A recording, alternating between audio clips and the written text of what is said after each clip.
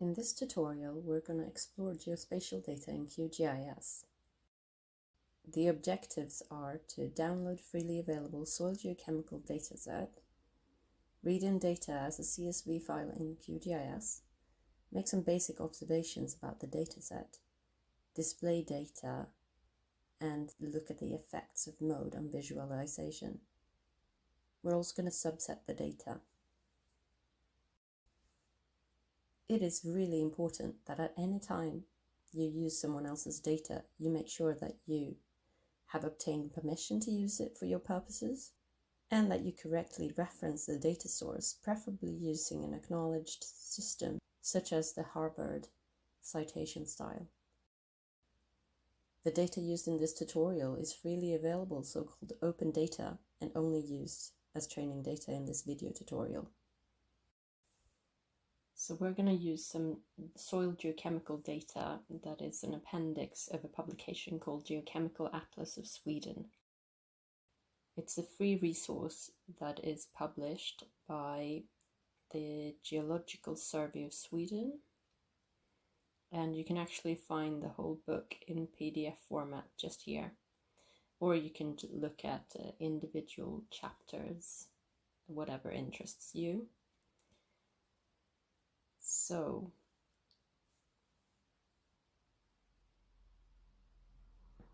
the data table can be found here. Unfortunately, there is something wrong with the English version of the web page, so I'm just going to go ahead and click on it and see if it's still not working. It doesn't look like it's working, so anyway, go ahead and change to the Swedish version of the website. The data link is called Data och tabeller. You click that and then feel free to switch back to the English version again, because that page is actually working. And here are some examples from the publication. You can see some nice maps of the different chemical elements in the book, and the link is here for the data. So it's a CSV file, so it's fairly small, and you just click on that and download it to your local system.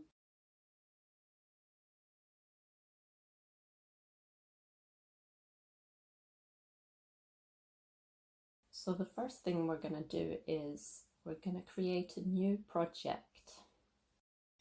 And then I kind of like to use a background map, so I've loaded some maps already into this XYZ tiles. I'm going to use OpenStreetMap to show where our data is located.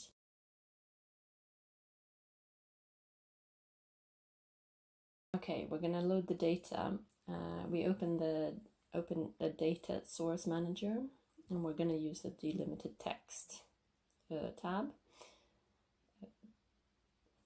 Go ahead and browse to on your local system to the folder where you've stored the CSV file. Just choose that, and remember to check that the delimiter is semicolon, because if you don't use that, then the data looks a bit funny.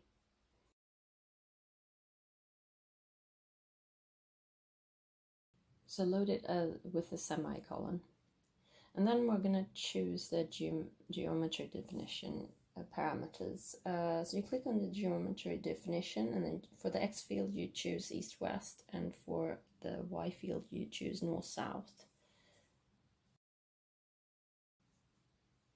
The geometry CRS here is by default VGS 84.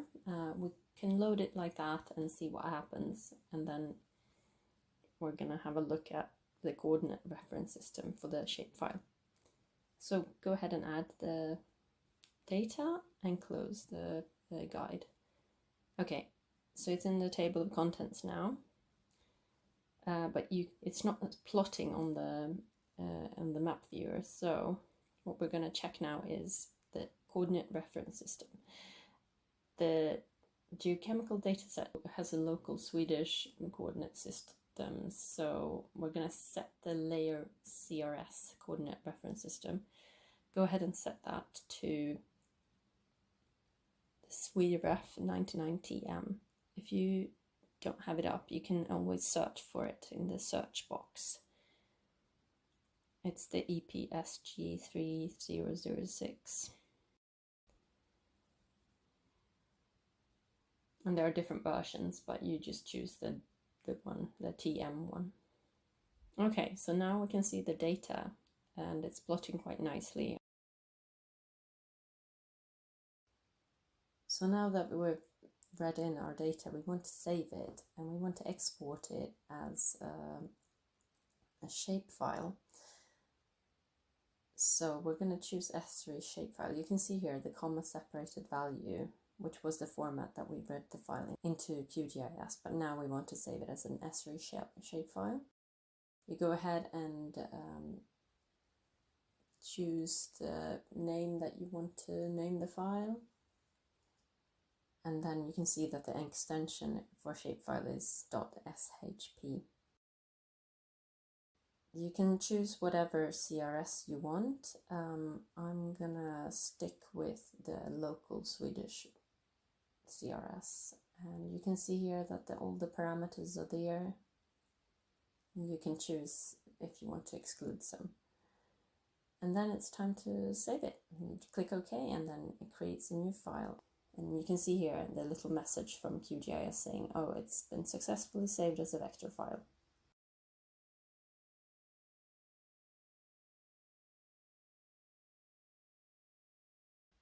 So we are going to have a quick look at the data in the Map Canvas window.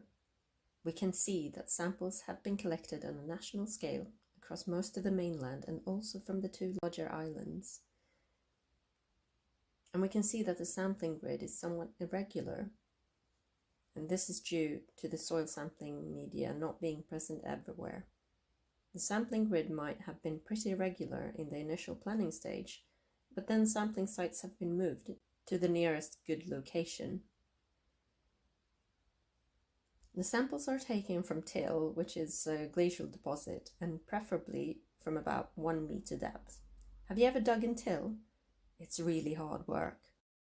And there are some gaps in the grid, because these areas are composed of water bodies, cultivated soil, superficial bedrock, or peatland. Most of these samples have been collected near roads, and where the road network is sparse, sampling has been typically done at a lower density. So if we zoom in, we can see that even though the grid isn't perfectly regular, the sampling density is still fairly good and consistent throughout most of the country. For example, here you can see that a lake is causing a gap in the sampling grid, and especially along the Swedish-Norwegian border, along the Caledonian mountain chain, the road network is quite sparse, so there are big gaps here.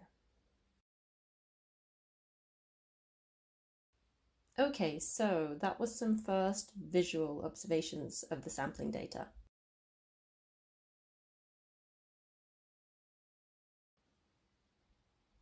So we're gonna do some symbology changes here just to visualize the data. Okay, so we open the properties, either double click on the shapefile layer or right click on it. And then we're going to use the symbology tab.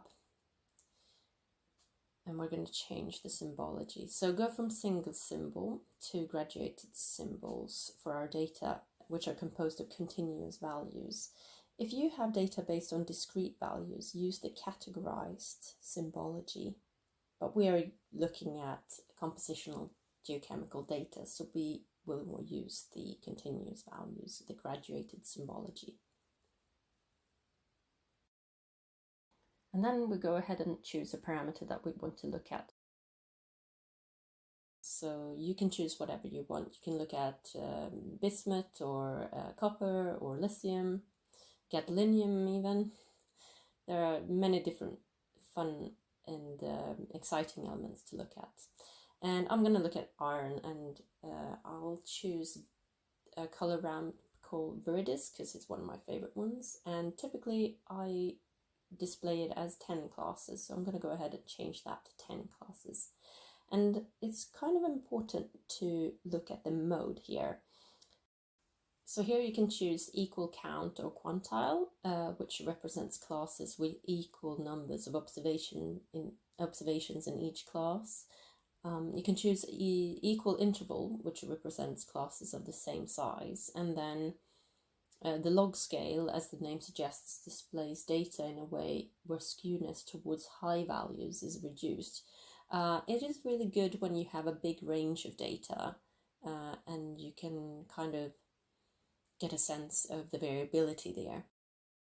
Natural breaks are used to minimize the variance within each class and to maximize the variance between classes. And this is my favorite mode, actually. I really like it for data that comes from the field. If you want to make it look pretty with many even numbers, you can use pretty breaks, which is an algorithm that basically makes the classes look neat. And then finally we have the standard deviation, which, as the name suggests, creates classes based on the standard deviation of the data values. You can read more about the mode on the QGIS own website. It's worth doing because basically you choose the mode depending on how you want to display data. What is it that you want to emphasize when you're mapping your data? For instance, do you want to look at variability, or do you want to display extreme values? Or maybe you want to zoom into a specific geographical region to look at the differences in values. All of the modes show the truth, but you can choose a mode to emphasize your message, basically. I won't go more into detail about this subject here, but it is worth thinking about the mode and what it is that you want to talk about when it comes to your data, what it is that you want to emphasize. I'm going to go back to my other map where we imported data, and I'm going to choose natural breaks.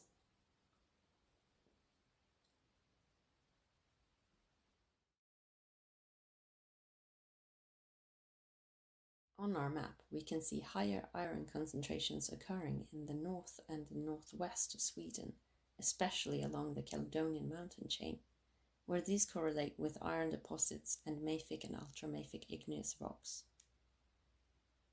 In the central and south of the country, higher iron concentrations in till typically correspond to mafic and ultramafic intrusions and dolerite dikes.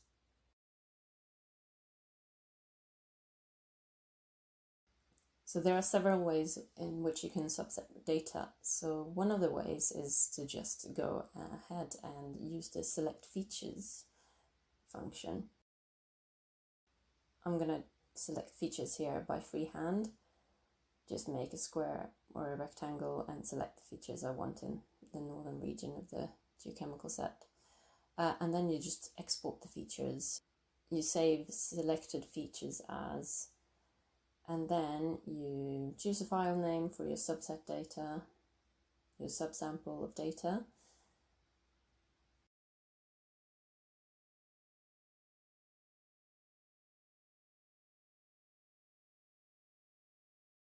Make sure that the file type or the format is SRA shapefile. So remember, we read in the data as a comma separated value CSV file, but now we're going to save it as a shapefile.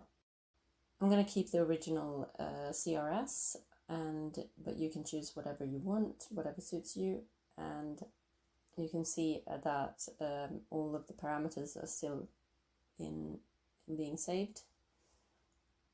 And the geometry type, I usually use automatic because it knows what I want.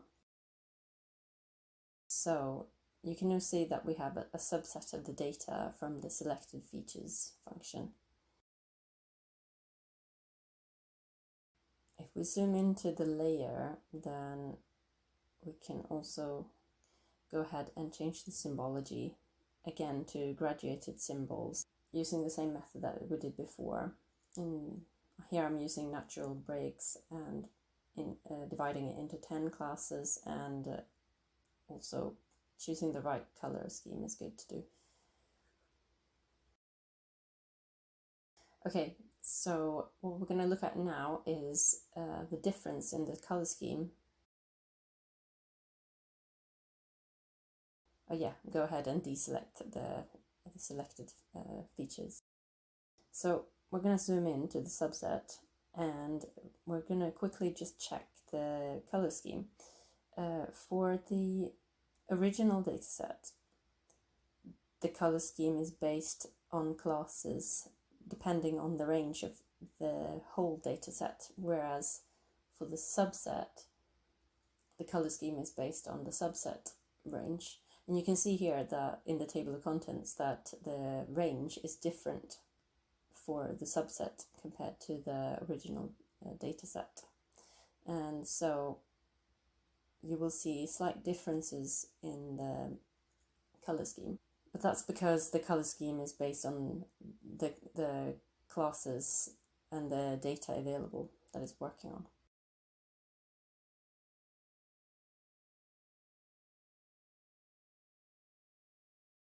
I hope that you now feel confident in saving datasets, reading in CSV files and QGIS, making some basic observations about your data, changing the symbology, and knowing that symbology in mode helps to emphasize your message, and that you know one way to subset your data, and understanding why the symbology might look different for the subset compared to the whole dataset.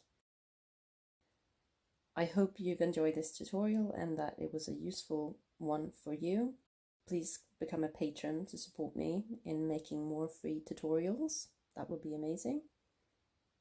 And I hope it helps.